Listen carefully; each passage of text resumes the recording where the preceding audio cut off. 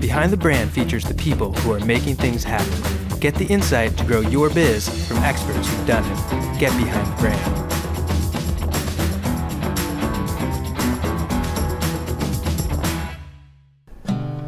My heart floats like a flower. I am sick of spirituality being airy-fairy, hippy-dippy, and precious. I want to have a debate about life's big questions. Soul Pancake. Hi, I'm Brian Elliott. Welcome to another edition of Behind the Brand. Today I'm here with actor Rainn Wilson, co-founder of soulpancake.com. Rainn, welcome to the show. Thanks for having me. Rainn, it's typical that I ask my guests, how did you get this job? I created this job for myself. I had another job. I had an entirely different job playing a crazy dork on a TV show. And then kind of made this opportunity for myself. I saw a great opportunity to create something unique and vital and interesting on the web, something that I was passionate about, and that's how Soul Pancake was born. So for those who have not been to the site yet, what is it about? What's the point? It's a social networking site. It's a meeting place for people interested in discussing life's big questions and having conversations about them. Life's big questions like what? Is there a God? Do we have a soul? Do we have free will? What happens when we die? There are questions of spirituality, philosophy, but there are also questions of something that I'm really interested in creativity, being an artist. Where does art come from? How does personal expression work? What makes us human beings? Those are the kind of questions and conversations that people engage on every day on Soul Pancake. And who are the types of people that visit the site? Are they the young people? Are they older people? Where do they come Geriatrics, from? pretty much, yeah. Really It's a big magnet. in the old age homes, yeah. No, we have the craziest melange of people. They're mostly young folks all over the world. A lot of people in England and Australia, India, Russia, other places, and a lot of young Americans as well. And the great thing about Soul Pancake is that it's people of every different stripe. I mean, we have plenty of atheists, agnostics are most people. We've got born-again Christians, Mormons. I'm a member of the Baha'i faith. We have Baha'is, there's Buddhists, and everyone is there to have these conversations. And they're having them in a very civil way. It's a much deeper, kind of richer interaction with the questions. I was going to ask, because typically if you go to a website and you look at the comments or the thread, it's just, it's a cluster. There's people saying, but there's meaningful conversation happening then. There's meaningful conversation, people digging deep, and it's not just kind of naysayers and negative people. There's not trolls. There are people that are really interested. I mean, there's some windbags, don't get me wrong. Yeah. But there's people interested in exploring this stuff. And that's why I wanted to create it, is I wanted to create a website that I would have loved when I was in my early 20s. I was really interested in experimental theater and in art and what makes artists work, and studying the works of the great artists, whether it's painters or poets or writers or filmmakers or musicians. And I would have loved a place like Soul Pancake. I loved philosophy. I was going to be a philosophy major in college. But I went to college and started taking philosophy classes, and they were so boring and dry. I was like, this has no correlation to real life. Although the Republic, I mean, you can't argue with the Republic. No. Great stuff. But there's plenty of philosophy teachers that make the Republic seem really boring and dry and uninteresting. Are you originally from Seattle? Yeah. Mm-hmm. And when did you come out here to SoCal? I was in New York for years after I left Seattle, and I went to acting school there, and I did theater there for years. A lot of crazy experimental downtown theater and Shakespeare and bizarre stuff. So you're a true thespian. I am a true thespian. Excellent. I am indeed, yeah. And then I came out here about 12 years ago to LA to try and get into TV and film. And it's worked out for you, kind of. It's worked out pretty well. Yeah. Yeah. So Soul Pancake, when did you launch it? That's an excellent question. What year is this? I would say it was about 2.5 years ago. Okay. But the site's been morphing and evolving ever since we launched it. So tell us where it started, and tell us maybe where it's at now. Give us kind of a status report. When you launched it, what were your expectations compared to where it's evolved now? It started is the worst idea known to man. We didn't quite know exactly what it was. So we had a spatula-fist contest where you would hold a spatula above your head like this, and you would send in a picture of yourself holding up a spatula. It was preposterous. It was such a waste of time. It was so stupid. We just did that to get the ball rolling because we just wanted to get the site up. But at first we thought that we were going to be a content site. 2 or 3 years ago, I mean, this was pre, Twitter, really. I mean, I think it had just launched, but it didn't really have any traction, and Facebook wasn't as big as it was. Yeah. And we really were thinking that we were going to provide content and people were going to interact with it. So we were going to do articles, we were going to do interviews, we were going to do contests, and we were going to provide creative challenges and activities for people to do, write poetry or take pictures or something like that. But we thought that we would be doing this content. And then we had this other section on the side that we knew could be more interactive for users. And we weren't quite sure how to use that. And then at the very last minute, literally the week before we were going to launch, that's when we came up with the idea of this thing we call the Question Collective, where anyone can post their life's big question. You can do it through a video or through a link or just text or however, a photograph, however you want to do it. And people from all over the world will start to engage with you and answer your life's big question. Cool. And immediately, that's what took off about the site, and all the content stuff that we were providing, people didn't really pay much attention to. That's interesting. I mean, sites or platforms like Quora have gotten really hot. Kind of on the same premise, asking questions, getting questions answered. But I don't think there's anything quite like what you've done with SoulPancake. It's really unique. Thank you. It is. We'll see if it lasts. I mean, the thing that we quickly realized with soulpancake.com is like, wait a minute here. What we have is a brand. We want to reinvigorate the way people talk about life's big questions, about philosophy and spirituality. Those have gotten so dry. And in terms of spirituality, it's just banal and sentimental and gooey, or else it's like born again, kind of really fundamentalist kind of religion that turns people off. But people are just genuinely turned off by any kind of discussion of anything having to do. You want to clear a room, you just bring up God, and you'll clear a room like that. Yeah. No one wants to talk about that stuff. So I was like, let's create a place where people can talk about that stuff and make it kind of hip and cool and fun. The site is real playful. I mean, it's fun, and it's, it seems, I don't know. We wanted it to feel irreverent and fun at the same time. But we realized it was a brand more than just a website. And the website is going great gangbusters, and it's doing really well. Give us an idea of the traffic. What kind of traffic are you guys getting? I think we get 1 million page views a month, I think. It's decent. Yeah.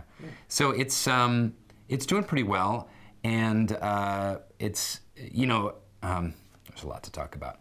But what I was saying was that we realized that it's a brand. We want SoulPancake to be the brand. Like, if you want to talk about life's big questions, art, philosophy, spirituality, being a human being, anything, stuff that's fun and fresh, but with some depth, that's what we want people to think about a SoulPancake. And so we've been doing these short pieces for the Oprah Winfrey Network. Now it looks like we're going to be doing a pilot with them, perhaps. Nice. And we have one of these YouTube deals, so we're going to be launching a YouTube channel based on SoulPancake and be much more on the production content side. So this is like one of YouTube's premium channel thing. Oh, that's excellent. Yeah. So it's become a platform and something that you can expand out and do other things. Yes. So a lot of people who are watching this show, they have startups, they're entrepreneurs, they're other business peeps trying to put the puzzle together. What advice would you give them? Particularly, look at SoulPancake from its inception. Like, how did you define success? Like, were you willing to quit, if it just felt flat? Or did you just want to put it out there for the long haul? Like, talk to us about that and maybe how your mind changed about even like the model. Well, SoulPancake is a little bit different. I think that, I've met a lot of designers and web startup people, and I was just at South by Southwest Interactive and talking to a lot of people, and there's pretty much one thing that's on everyone's mind. They want to make money. They want to monetize. They want to cash in. They want to be the next Twitter. They want to figure out the next cool interactive app that they can get, 100 million subscribers and take off. And that's fine. You know what I mean?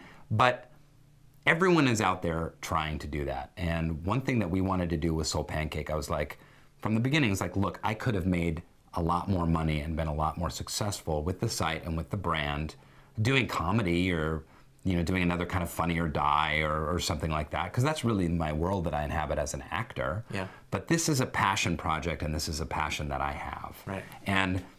But it is opening a lot of doors, and we kind of have a niche, and that's pretty exciting. And I would say that, you know, the old Joseph Campbell quote of, you know, when he was a college mythology teacher, and he did a series of books, and for people who don't know it, a great series of interviews with Bill Moyers.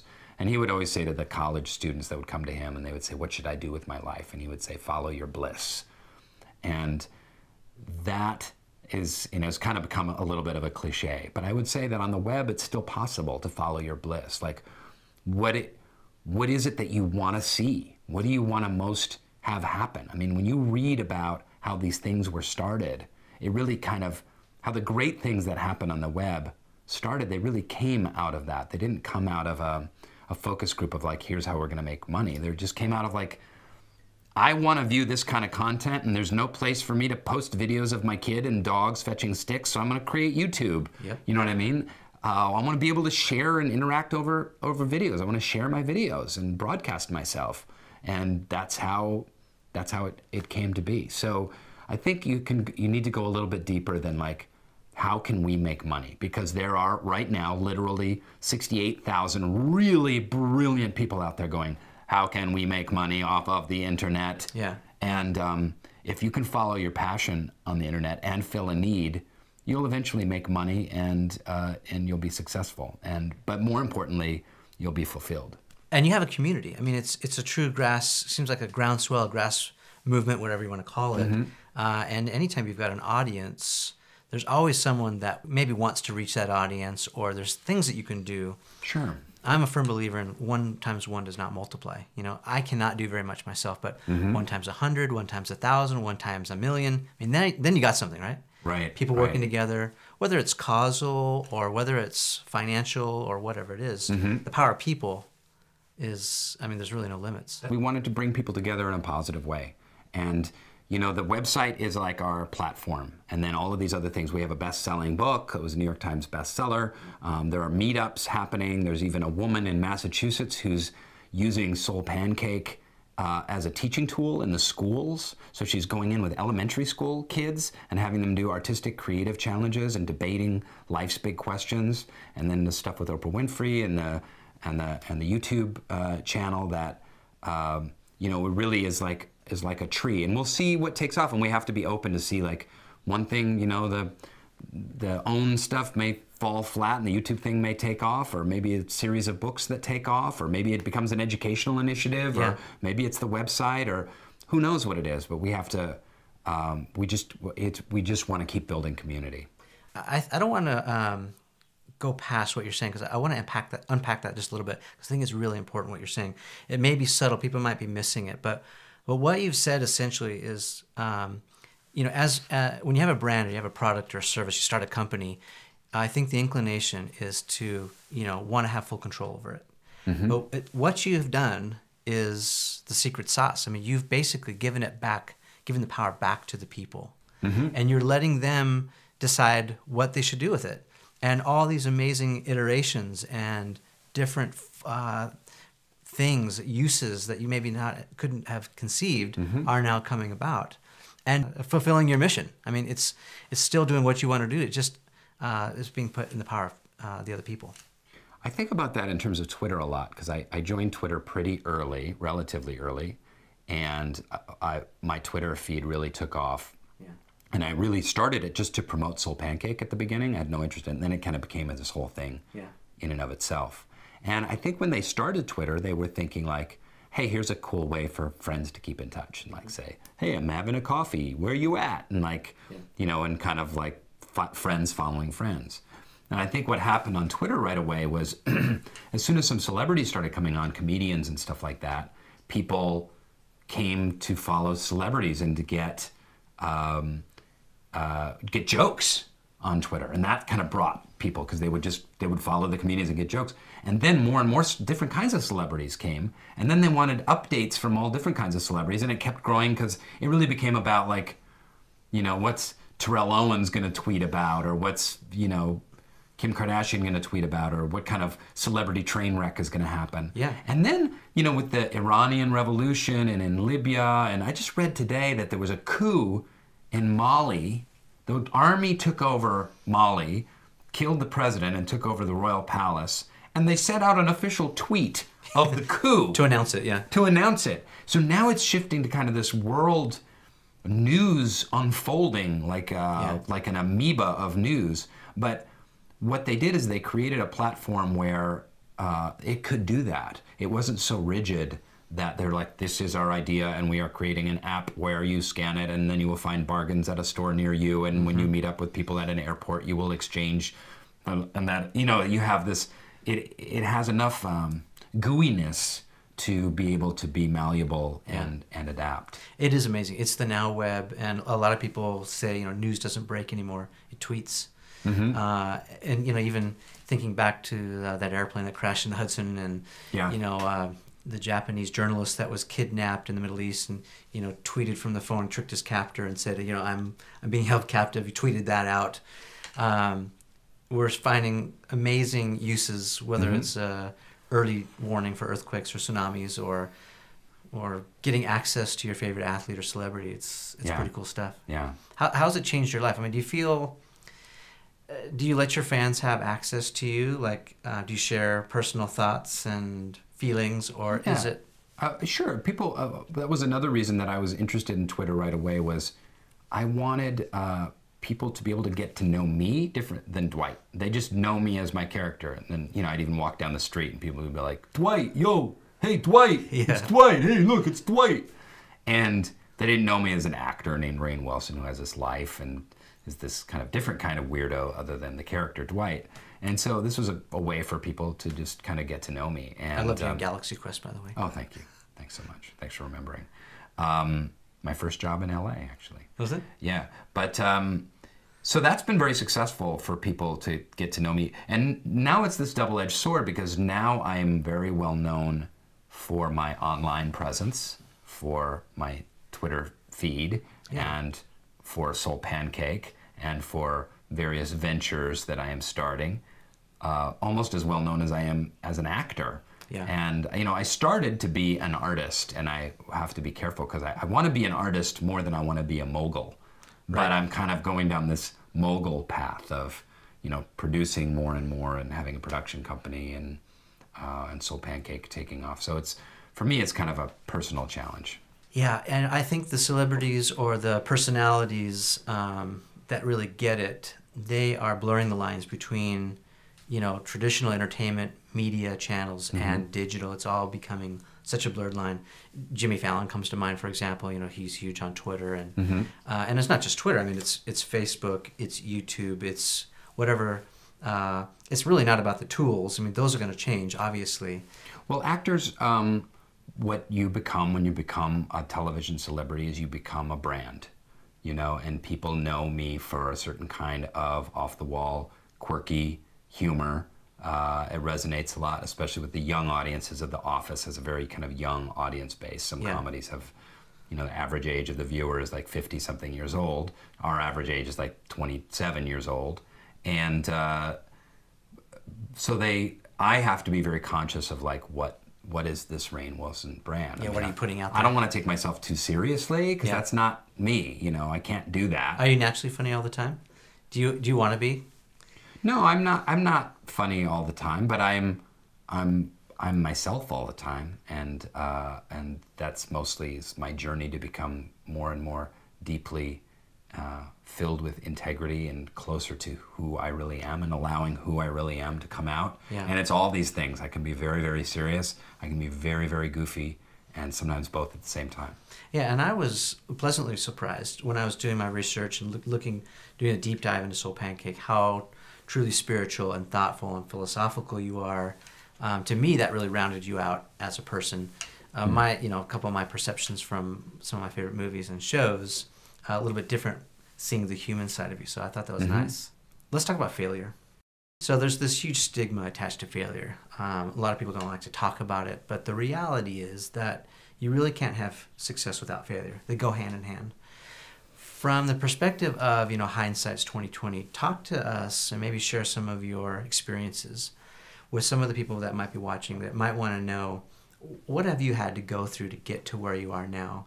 Because I'm sure people watching, especially people who may be starting over or starting for the first time, they're struggling, they're constant rejection, or what they're doing is not working, or, they're just not making it happen. Mm-hmm. Share some of that if you've had any. What are some of your failures or some of the do-overs you wished you had? Haven't had any. Thanks so much. So long. My road has been littered with failures all along. I got out of acting school, and I couldn't get an agent. And my first job as an actor was touring for a year and a half on a bus and truck Shakespeare show, playing the nurse's assistant in Romeo and Juliet. And I had no agent, and I started at the very, very, very bottom. I believed in myself, and I knew that I needed to act, and I knew that I was good. I knew that I needed to get better, and I always kept my goal as to just become a better and better actor. My goal was never to become famous.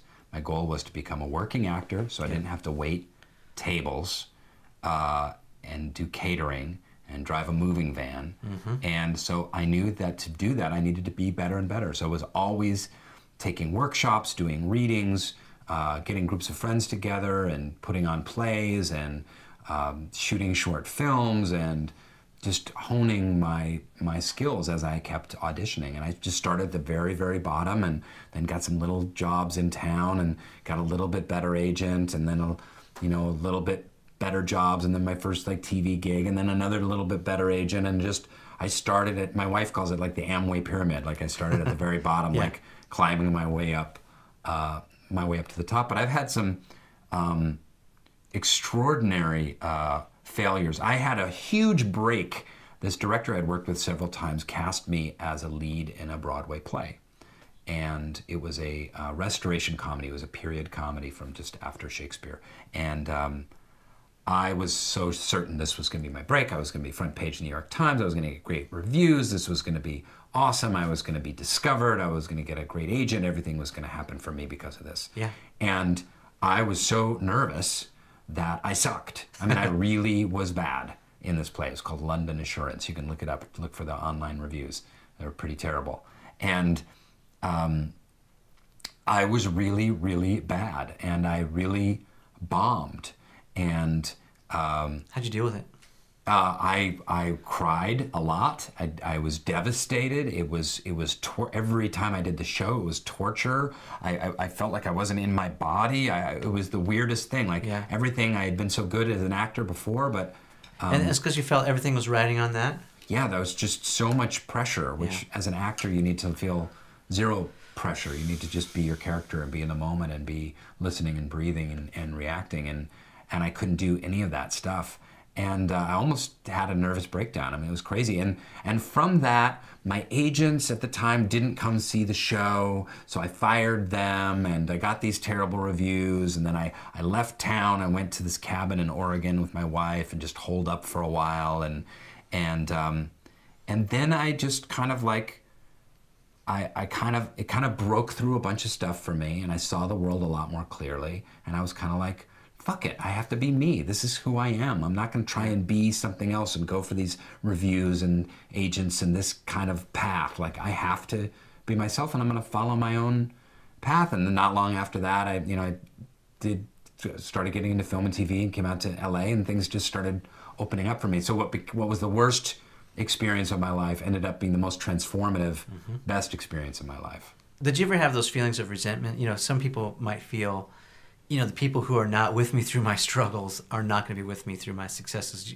You ever have to deal with any of that? Oh, sure. Yeah, resentment's a big one. That you hold a grudge? I absolutely do, and then it's my obligation to really let that go. Yeah. Because someone said, I think it was Carrie Fisher, but she might have been quoting it from someone else. Resentment is the poison that you drink waiting for someone else to die. So you're drinking this just vile poison and going like, oh, that guy, and you're like, oh. It eats away at you, and it holds you back. You know? Does. I have a lot of resentment at like New York Theater, where I spent 10 years working, and no one really believed in me there, and casting agents, and they never get a shot. I never got to audition for, you know, Lincoln Center or Manhattan Theater Club or all these theaters that I really wanted to work at. And that was my whole reason of coming out to LA, is like, oh, you're giving all the lead parts to the TV actors. I'm gonna go get on a sitcom, and then I can go back to LA, to New York, and I can have any part I want. But, you know, everyone's just being human and making their best decisions that they can make in the moment. And, you know, we have to just have an open, forgiving heart to everyone on our journey. Well, success is the best revenge, too. If you have a vengeful heart, you know, and... You have to be careful with that, because that is a different kind of poison that you can drink, and that's the poison of narcissism, of like, haha, see, I've made it, and I got you, and I'm gonna get back at you because so it's a one-up or one-down position. It's like you're still putting yourself above other people, like, oh, I'm successful, and ha ha ha, look at me now. And that's a very dangerous thing, because then you've got to try and maintain that, and then you go down and you feel terrible about yourself, and everyone else looks good, and then you try and puff yourself back up. It's a very false sense of yourself. Yeah, it's a game. I mean, either way you look at it, it's a game, and it's not worth playing. Yeah. So let's talk about how do you want to be seen? You know, probably people meet you on the street. They automatically probably they feel like they know you through your character or characters that you played. How do you want people to see you? That's an interesting question. I've never been asked that before. I feel like I don't really care, because how people are going to see me, how they're going to see me. You know what I mean? Yeah. And that's not in my control. The only thing that is in my control is who I am and what I believe in and where I put my passion and my work. First and foremost, look, I'm an actor. I just want to be an actor. I want to have cool parts. I want to do cool shit, acting. So there's that. And you know, and I want to do these other things. I want to do cool things like Soul Pancake and have other side projects and stuff like that. And people are going to think that I'm an idiot, or people are going to think that I'm a weirdo, or people are going to think that I'm not funny. Or, I mean, you can go online as an actor and read comments about yourself, and you can drive yourself crazy. I mean, it's hysterical. It's not worth it. It's not worth it. And it really stopped. It used to really bother me. When I remember one of my first TV guest spots I got was on Charmed, and I played the demon alchemist Kirkan. It was just terrible. It was just the worst part ever written. But it was, again, it was a high pressure for me. I felt like, oh, I got to do really good. It's the lead guest part on this show, and it was very popular at the time and stuff like that. And then I did it, and I was not really good on. In fact, I was terrible in that. But I searched the online comments, and there was this big Charmed fan, some girl that hated me and everything that I did. And she went on every TV. It was like pre-Google alerts, but I looked through the Google pages to see what people were saying. Rainn Wilson, Charmed, see about me, my performance. And this girl on every, like, Television Without Pity, and on the Charmed websites, and all the different websites, she was like, and she nicknamed me Piggy. She's like, he looks like a pig. He's got a fat face and a little round nose. He's a piggy. She had your number. And she started talking about Piggy this and Piggy that, and it's like, there's, you know, God bless her. I hope that she finds eternal, great happiness and fulfillment. And it's none of my business looking online about what people are saying about me. I just need to try and do the best job possible. You know, the irony, too, is that a lot of people will project how they feel about themselves onto other people. So that may be interesting. That may be how she felt about herself. Yeah, interesting. Yeah. Right? Misery loves company and all that stuff. Yeah, could be. Very good. I know you've been traveling abroad too. You're very vocal and public about your trips, like to Haiti and different places. Why do you do that? Talk to us about what you're doing there and why that's important to you. Well, you know, in this journey to it's a Soul Pancake journey for me to find myself, for me to fulfill myself, to become the best me that I can be. It involves a lot of different things. And one of them is helping people that are less fortunate and trying to figure out how to use your skills to help people. I mean, everyone has, you don't have to have a lot of money. Everyone has some kind of skill that they can put to use towards making the world a better place. So is it about getting a different worldview? I mean, there's a lot of people here locally, probably within a stone's throw of here, that they need help. But is it something special about traveling to another country and getting a different worldview or perspective? Well, that's an interesting point that you brought up right there, because I do get that a lot. Like I get it on Twitter, let's say, and I'll say like, oh, I'm going to Haiti to do teach some workshops, or help build a school or whatever. And people will be like, why are you going to Haiti? There's plenty of people right near home that need help. I mean, why don't you just go help people in your own town? Right. And I love that question, because it's such an absurd question, because the world is my home.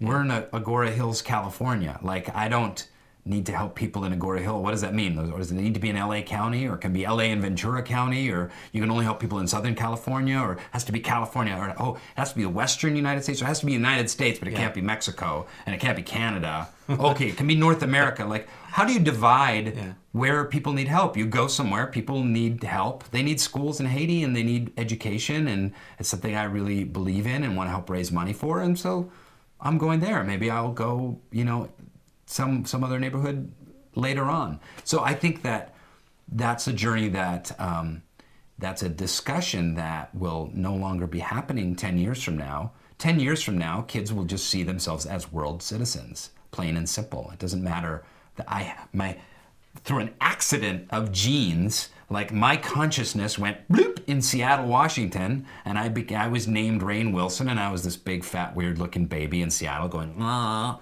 I could have just been born in Swaziland or Nepal or Japan. I mean, I just happened to be a big, white, fat baby, and this is what I am. So I have no clinging to like, I'm American, goddammit. It's like, I'm a person. I'm a human being. You go where help is needed. Yeah. Yeah. And I think that's another function of what's happening with this digital revolution is it's breaking down barriers. It's not about, country per country. It's about people. It's about the world. Yeah. And I think like never before, the internet or platforms like Twitter and Facebook are giving people a voice in places that they didn't have, and also being a platform or a spotlight to point out places where certain groups of people need help or support where they otherwise couldn't get it.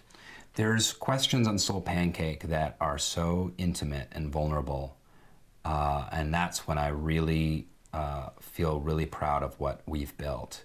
Some teenager in Duluth, Minnesota, writing in, feeling suicidal, and dealing with, the death of a parent and a grieving process and not being understood at school, and having a series of life's big questions having to do with their own personal journey, and getting really good feedback from people from all over the world, and finding a home and a place to belong and a sense of connection. And that's a great service that Soul Pancake has provided people as well. Rainn, what is the hardest thing you've ever done? Or give me what are some of the most difficult things you've had to do in your life? The hardest thing I've ever had to do, that's a great question. The hardest thing I ever had to do was make money in New York City when I was dirt broke. And I did all these terrible jobs. I was a dog walker. I had my own man with a van kind of moving service, hauling futons up 4th floor walk-up apartment buildings at, when it's 106 degrees out on the Lower East Side. And then going to a catering gig or waiting tables or doing anything I needed to do to get by. I think that's kind of the hardest I've ever done. But I'm grateful for those experiences, because I know I had to work to make rent, but that's tough. Multiple jobs trying to make ends meet. That's really, there's a lot of hard things I've done as an actor. Talk shows are hard to do. Saturday Night Live, hosting Saturday Night Live is hard to do and stuff like that. But they're not as hard as trying to make the next month's rent by hauling boxes of books up staircases. And you're a father. I am. You talk about your son. You tweet about him. You talk about him on Facebook. I think a lot of people watching this are also trying to figure out that whole work-life balance thing. You have any tips or advice about fatherhood or work-life balance? Yeah, I think that this goes back to this discussion and kind of what we've been talking about from the very beginning, which is integrity. And you look at the word, the root word of integrity, and it's integral, you know, and that comes from also is the root word of integrated. And that's really what I want to be, as an integrated human being. So all of these things that I believe in and that I do, I have a spiritual life, I have my family life, I have my work, I have my hobbies, and I have Soul Pancake, I have all of these different things. And I really want them to not be compartmentalized, but to be all full expressions of who I am as a human being. And that way I will be able to be of maximum service to the world. So that's, I would say, for, you know, anyone watching about, you know, trying to balance all of these different things, don't look at it as like, it's not juggling. You're not like, they always talk about it like I'm juggling home, family, and stuff like that. It's like, you have to like swallow all those juggling balls and internalize them and say, I am all of these things. I can be all of these things. I can have a family, I can have friends, I can have a spiritual life, I can have an intellectual life, I can have fun and hobbies, I can be irreverent and cool and weird and have a great profession and make money, and I can do, listen to me, I sound like Tony Robbins. I sound like a self-help guru.